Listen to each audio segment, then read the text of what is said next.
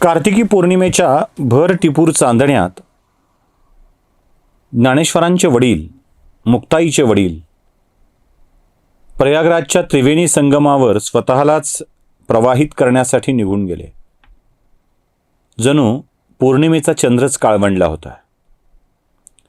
ती दोघं निघून गेल्यावरती आता या बालकांच्यासाठी चौघच एकमेकांचा आधार आणि आजूबाजूची माणसं काय ती लक्ष्मी, अजून काही ज्यांनी या बालकांना आपलं मानलं होतं, अशी या बाळाने जेवावं अशी ज्यांच्या मनात इच्छा असायची, ते सगळेच चांगले संबंध ठेवून होते. नाही म्हणायला आळंदीत सुद्धा या लेकरांच्या विषयात सहानुभूती असलेले प्रचंड होते. पण त्यातले काही कर्मठ स्वतःला म्हणविणारे, ज्ञानी म्हणविणारे विरोधात होते, जसे महादेव भट्ट.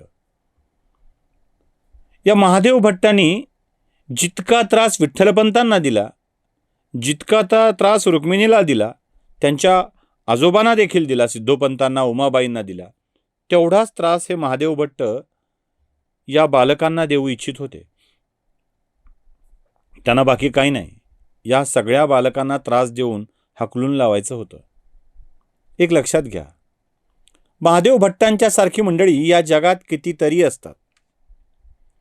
आपलं तोकडं अज्ञान सुद्धा पूर्ण नसतं यांचं. आपलं तोकडं अज्ञान हे जगाच्या समोर उघड होऊ नये आणि आपल्यापेक्षा कुणी ज्ञानी आहे हे जगात समोर येऊ नये, यासाठी ज्ञान्यांना नेहमी बदनाम करण्याचा प्रयत्न अशी महाभाग करत असतात. म्हणूनच अशा अर्धवट ज्ञान्यांच्याकडून चांगल्या सत्पुरुषांचा नेहमी अवमान झाला आहे, बदनामी झाली आहे, लक्षात येतं. खोटेच आरोप करायचे आणि खोट्या आरोपावर चांगल्या माणसांना बदनाम करत सुटायचं, ही शेकडो वर्षांची परंपरा आहे. ज्ञानदांच्या काळातली ही परंपरा तुकाराम महाराजांच्या बाबतीत देखील लागूच पडली. कारण त्यांनाही अशाच स्वरूपात वेदांचा तो अर्थ आम्हासीच ठावा हे सांगणाऱ्या तुकोबारायांना याच स्वरूपात छळलं गेलं होतं. त्यामुळं प्रत्येक काळात, प्रत्येक वर्षात, प्रत्येक पिढीत असे महादेव भट्ट असतात, हे लक्षात ठेवायचं. निवृत्ती आणि ज्ञानदेवांनी ठरवलं की आता आपण जायचं आणि मधुकरी मागून आणायची. ही मधुकरी मागून आणली की ते मधुकरी मुक्तेच्या हातात द्यायची. आपल्या इवल्याशा हाताने मुक्तेने स्वयंपाक करायचा आणि तो स्वयंपाक खाऊन झाला की मग आपलं दिनचर्या करत पुढे जायचं. मधुकरीसाठी ज्ञानदेव गावात गेले आणि यावेळी महादेव भट्टांच्या घरासमोर येऊन थांबले. तो नेहमीचा गोड आवाज, ओम भवती भिक्षान देही. आतून महादेव भट्ट आले नाहीत, महादेव भट्टांची पत्नी आली.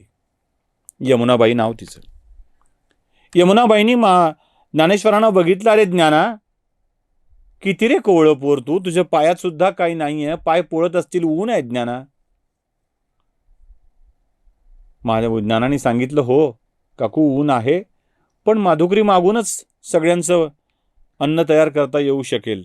ज्ञाना, एक काम कर, ये, मी मधुकरी तर देतेच देते, पण तुलाही काही खायला देते, आत येशील. ज्ञानदेवांनी यमुनाबाईंनी मारलेल्या प्रेमळ हाकेमुळे त्या आत गेले. लोभस गोंडस रूप यमुनाबाईला राहवलं नाही. त्यांनी ज्ञानदेवांच्या तोंडावरून आपला हात फिरवला आणि एक गालगुच्चा घेऊन त्या म्हणाल्या, किती रे गोड बाळ तू. यमुनाबाई मधुकरीचं अन्न देण्यासाठी आत गेल्या. तेवढ्यात महादेव भट्टांची स्वारी आली. महादेव भट्टांनी तनतनतच बघितलं. अरे संन्याशाच्या पोरा, तुला 1000 वेळा बजावलंय, असा थेट ओसरीपर्यंत येत जाऊ नकोस, विटाळून जाईल ना माझी ओसरी. ज्ञानदेव शांतपणे म्हणाले, भूदेव, अशी माणसं विटाळत नसतात. तू शहाणपणा शिकवणार मला? नाही भूदेव, आपण ज्ञानी आहात, आपण वेद जाणता आणि वेदामध्ये असा कुठेही उल्लेख नाही आहे की अमुक एक विटाळतो, अमुक एक हलका आहे. आता वेद तू मला सांगणार? संन्याशाच्या पोरांनी वेद शिकवावे एवढी महादेव भट्टांची अवस्था वाईट आलेली नाही आहे. तसुभरही हास्य कमी न करता ज्ञानदेव म्हणाले, भूदेव, वेद मला जे समजलाय तो तुम्हाला सांगण्याचा प्रयत्न करतोय. खबरदार वेदाची चर्चा माझ्याशी करशील तर. संन्यासाच्या पोराची लायकी तरी असते का रे वेदाची चर्चा करण्याची? ते म्हणाले, भूदेव, अहो संन्यासाचं पोरग झालं म्हणून काय झालं? मलाही वेदांचं ज्ञान आता होऊ लागलंय. हो, वेदांचं ज्ञान म्हणे त्या ढोंगी पाखंडी रामानंदांकडून मिळालं का वेदाचं ज्ञान? की एकदा संन्यास घेऊन परत आलेल्या तुझ्या बापानं दिलं रे तुला वेदाचं ज्ञान? एक एक शब्द असे अंगार बनून ज्ञानदेवांच्या अंगावर पडत होते, पण ज्ञानदेव शांतपणे उभे होते. अहो भूदेव, मला एक सांगा, माझ्या पित्याला तुम्ही शिक्षा फरमावलीत, सुनावलीत, आणि ती शिक्षा भोगायला सुद्धा दोघेही निघून गेले. आपण दिलेली देहांत प्रायश्चित्ताची शिक्षा उपभोगल्यानंतरही तुम्ही आम्हाला स्वीकारणार नसाल तर काय बोलावं? जा, जाऊन विचार तुझ्या बापाकडेच काय विचारायचंय ते. म्हणजे तुम्ही, अरे कार्ट्या, मला उत्तर देतोस का म्हणून महादेव भट्ट खाली उतरले आणि खाडकने ज्ञानदेवांच्या गालावर लावून दिले. हा दुसरा आघात होता ज्ञानदेवांच्यावरती. यावेळी मात्र त्या कोवळ्या ज्ञानदेवांच्या डोळ्यात आसवं तरळली आणि त्या आसवांचे थेंब त्या महादेव भट्टांच्याच वाड्यातल्या जमिनीवर पडले. हा मार देत असतानाच यमुनाबाई धान्य घेऊन बाहेर आल्या होत्या आणि त्यांनी बघितलं की आपला पती फारच वाईट वागतोय. अहो नका हो, चला आत व्हा, नका शिकवू आम्हाला. महादेव भट्टांनी पुरुषी अहंकारात बाईला सांगून टाकलं, नवऱ्याच्या पुढे जायचं नाही, नवऱ्याच्या पुढे बोलायचं नाही. या असल्या तद्दन फालतू संस्काराच्या मुळे, माफ करा, कधीकधी शब्द अवचित तोंडातून निघून जातात. या असल्या संस्काराच्या मुळे यमुनाबाई डोळ्यात पाणी आणून मागे मागे सरकल्या आणि त्या मारासरशी यमुनाताईच्या हातातून ते ताटही गळालं होतं. योगायोग काय, जिथे ज्ञानदांची आसवं पडली होती त्याच आसवांच्या वरती हे धान्य पडलं होतं, त्या आसवात भिजून गेलं होतं. ज्ञानदेव उठले आणि सरळ चालत चालत चालत चालत इंद्रायणीच्या काठावर, इंद्रायणीच्या तीरावरती वाळवंटात बसून राहिले. बस मा इंद्रायणीकडे बघत.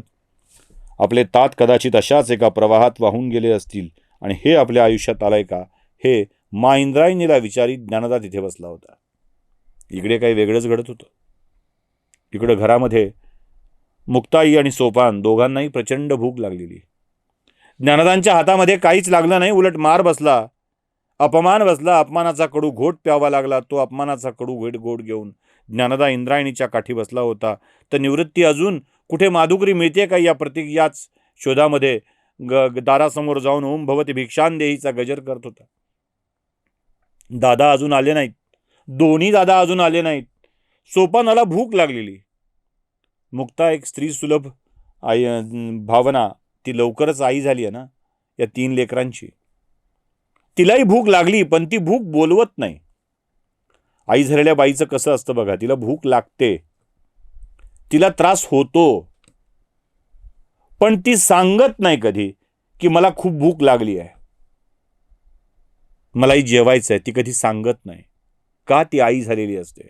लेकरं जेवल्याशिवाय जेवायचं नाही हे त्या बाईला माहीत असतं. मुक्ता लहान वयातच बाई झाली आहे, ती बोलतही नाही. सोपान म्हणतोय, अगं मुक्ते, किती भूक लागली आहे मला, दादा अजून कसा आला नाही? येईल रे दादा, थांब जरा. मग आपण तोपर्यंत काहीतरी करायला पाहिजे. काय करायचं बाळा? खेळूया का आपण? छोटी छोटी खेळणी घेऊन खेळूया. लहान लेकरं हो, किती मोठी, उगाच माता पिता गेल्याने आपण त्यांच्याकडून अपेक्षा काय व्यक्त करणार आहोत? हो खेळूया ना. पण निवृत्ती दादानं सगळी खेळणी शिंक्यात बांधून ठेवली आहेत. काढायची कशी? माझा हात नाही पोचत. मुक्ती म्हणाली, आपला हात पोचत नसेल ना सोपाना, लहान हो मुक्ती, पण ती सोपानाला सांगते, आपला हात पोचत नसेल ना तर दुसऱ्याची मदत घ्यावी. म्हणे तू मदत करणार, तू माझ्यापेक्षा लहान, तू मला मदत काय करणार? सोपाना, तुला आठवतंय रामाचा सेतू बांधला होता म्हणे, त्यात खारीनी मदत केल्याची कथा आपण ऐकली आहे तातकडून आणि मायकडून. हो, मग अशा रे चिमुकली खार सुद्धा मदत करू शकते, मी नाही करू शकणार तुला मदत?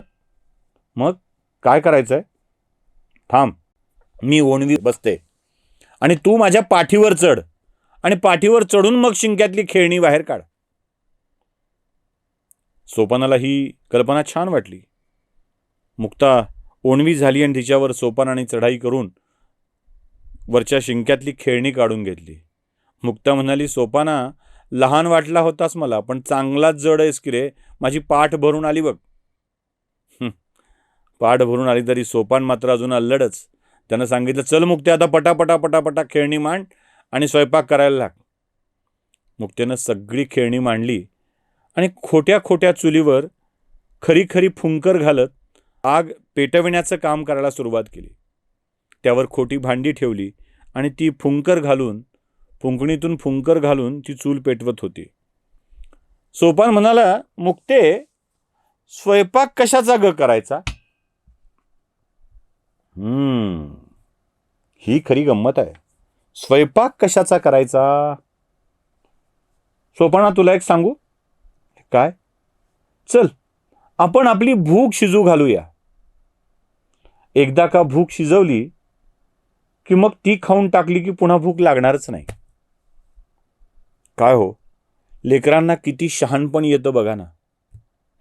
ज्या भुकेचा त्रास होतो आहे तीच भूक शिजू घालूया आणि तीच खाऊया. काय बोलतेय मुक्ती? तिची फुंकणीनी खोटी खोटी चूल पेटवणं सुरूच होतं आणि तेवढ्यात निवृत्ती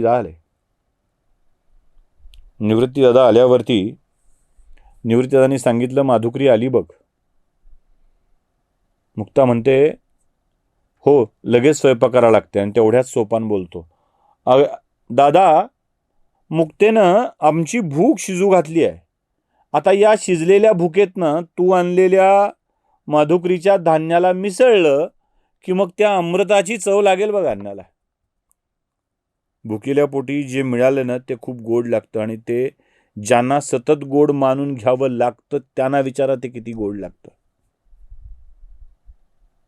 त्यांना विचारा, जे मिळालंय, माधुकरी असो काही असो, जे त्या भुकेच्या वेळी खायला मिळालंय त्यांना विचारा ते किती गोड लागतं.